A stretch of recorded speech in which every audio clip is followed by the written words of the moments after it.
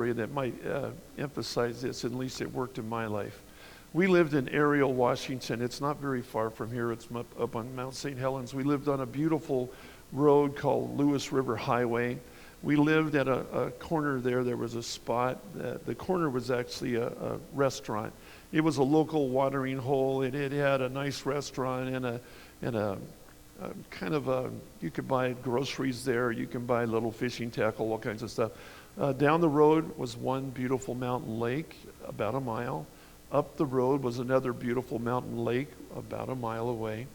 And we lived right there. We had about about a quarter acre lawn with trees and stuff, and it was great. There was a riding lawnmower that came with the house. And I used to love to get that lawnmower started and drive in my yard and mow my lawn, because people would drive up and down that road. It's the only road, you know. So, and they would honk and wave, and I'd honk and wave, and sometimes they'd pull over and talk. I thought that was great. This is cool, you know.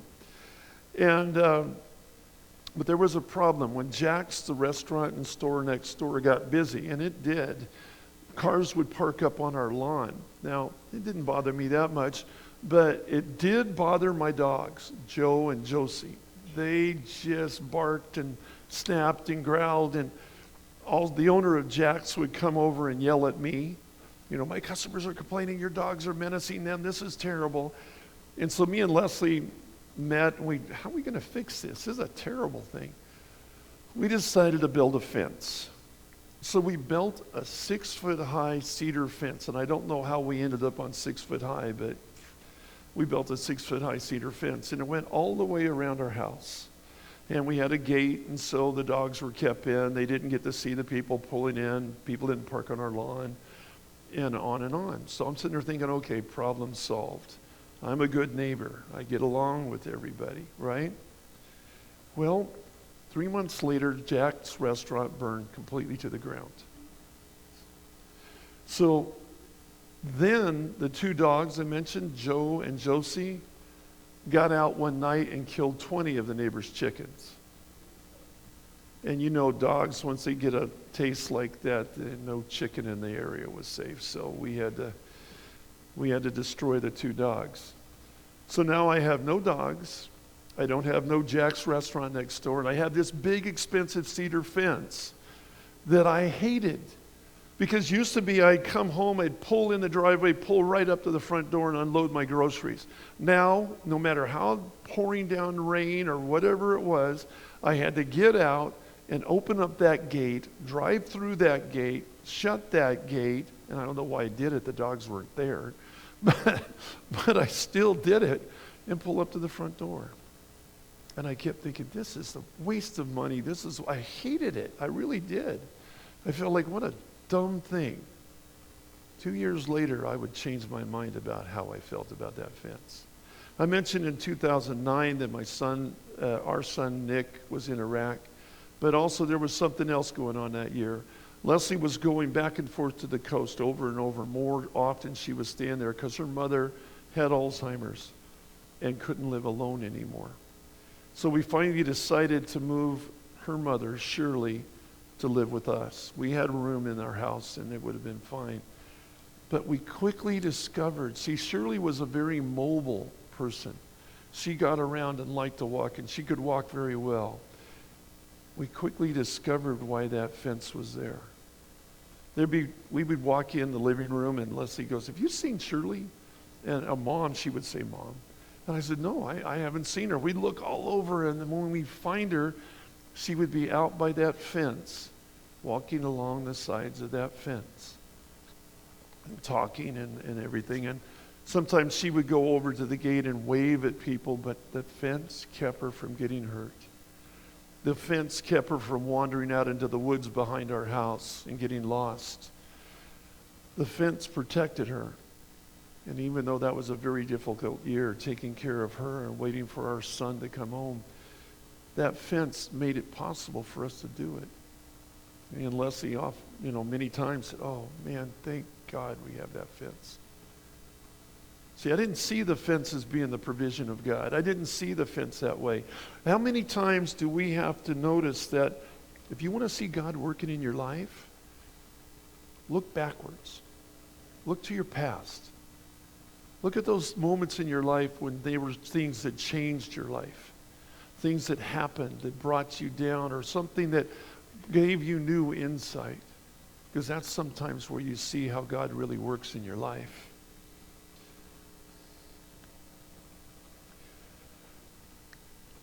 What about the times when it doesn't work out like we like? What about the times when you pray and pray and pray and you didn't get the job you wanted? What about the times when you didn't want to move and you prayed hard that we could just stay where we were and you had to move anyway? Or what about the times when you went to see a friend in the hospital and you prayed and prayed and prayed for them to get better and they didn't? What about those times? Can we trust God then? What if it's not going to be all health and wealth and happiness? Can we trust him then? See, I think we need to trust God, especially in the hard times. Point 3. I'm reading from Matthew, 6th chapter, 9th verse. This is really familiar to you guys. Our Father, who art in heaven, hallowed be your name. Your kingdom come, your will be done on earth as it is in heaven. Give us our daily bread, and forgive us our debts, as we also forgive our debtors. And lead us not into temptation, but deliver us from evil. That's the Lord's Prayer. Many of us were taught to memorize that as little kids, right? But you know, that's another example of how you walk in faith. Because the first thing you do in the Lord's Prayer is you acknowledge who God is. Our Father, who art in heaven, hallowed be your name. Thy kingdom come, thy will be done, not ours. He's God. We're not. He sees things in a whole different way than we do. Doesn't mean he doesn't care. It doesn't mean that we don't matter to him. We matter so much to him, it's amazing how much he cares. But first, we acknowledge who he is. We pray that it's his will that is done. And then at the end of that prayer, you notice then you make your petitions. That's when you ask God. But first acknowledge that he is God and what that means.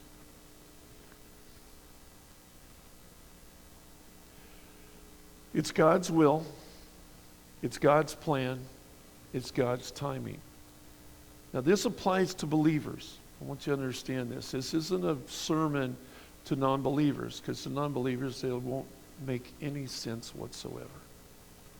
But those of us who believe in God, who believe in Jesus Christ, who believe in the words in this book, it's God's will, God's plan, God's timing. But don't we still wrestle against it?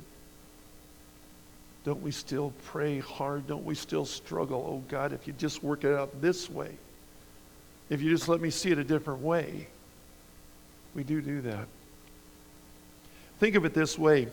See, I was trained to become a volunteer fireman. And what a lot of people don't know if they're not involved in volunteer firemen is you have to take and pass the same training as the full-time fireman. You have to go through the same stuff.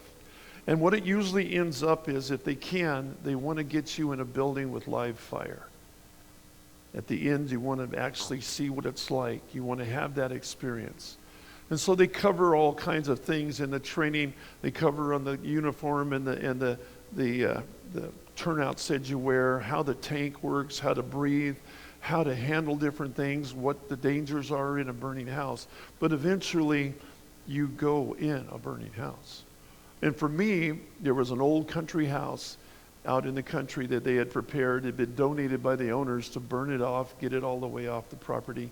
And so on one Saturday morning, I turned up there with everybody else that was in my group, and we were going to go into a burning house. So I was at the door.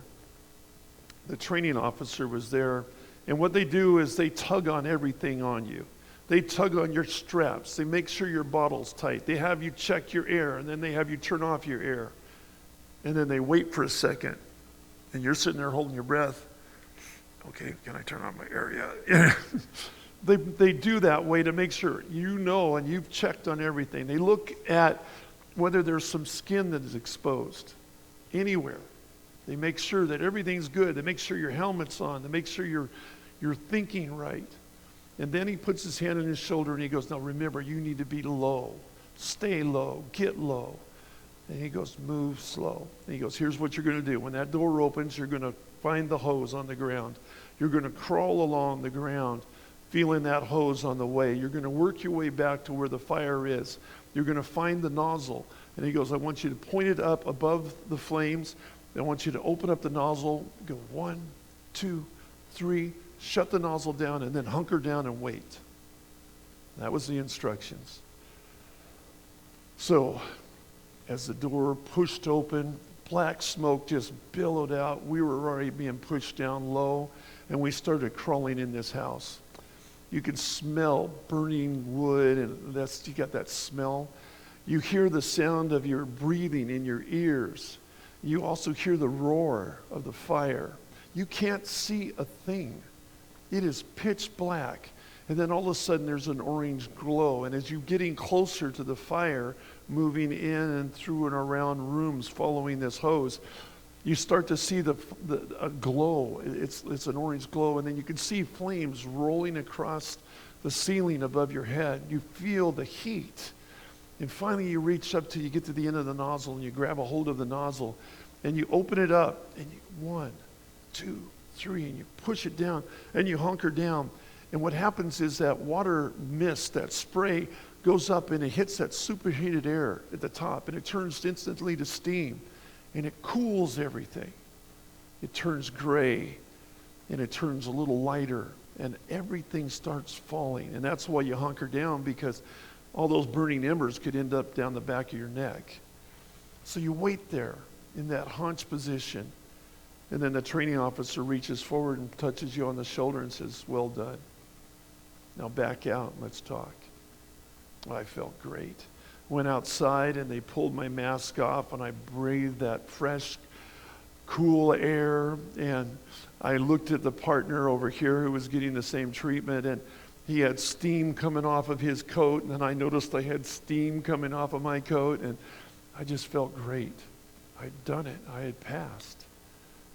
Well, see, that was the second time. The first time was much similar, the same way, and you go in as twos. You're taught as a fireman never to do anything by yourself. It's not like the movies. I had a partner, and he is supposed to hold on to my leg or hold on to the back of my arm. I'm supposed to be in physical contact with him the whole time. Well, when we went through the door and we got going, got moved down the hall closer to the flames, he let go. But I was so focused to get to the end of that nozzle, to spray that water, that I didn't pay attention. I kept going. See, the first time when I got to the end and I did that, they tapped my shoulder and he said, you failed. Now go back to the door. I'll talk to you when I get back there. I felt terrible. He goes, you know why you failed? And I said, no, I thought I did everything you told me to do. What I did was, he goes, your partner wasn't with you at the end. He goes, you know, his air could have stopped working. There could have been a lot of things he might have needed your help with. You had no idea what was going on with him. You just kept going. He goes, that's not the way it's supposed to be. So I learned some things, and I took the test again, and I passed the second time. But I think there's some things in that we can take away from this.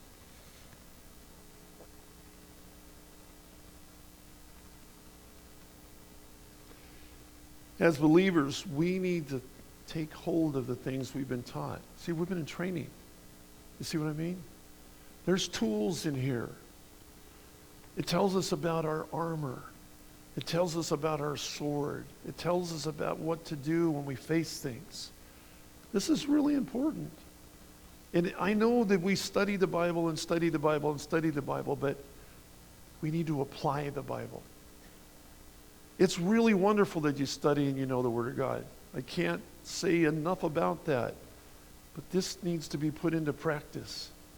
It needs to be tested in your life because it can prove itself even more. The second thing was, this is not meant to be a Lone Ranger situation. If you're living in the will of God, this is what it looks like. It's a community. We're meant to look out for each other.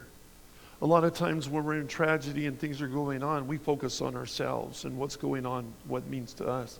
But we fail to see sometimes that we're not the only ones going through this stuff. We need to take care of each other.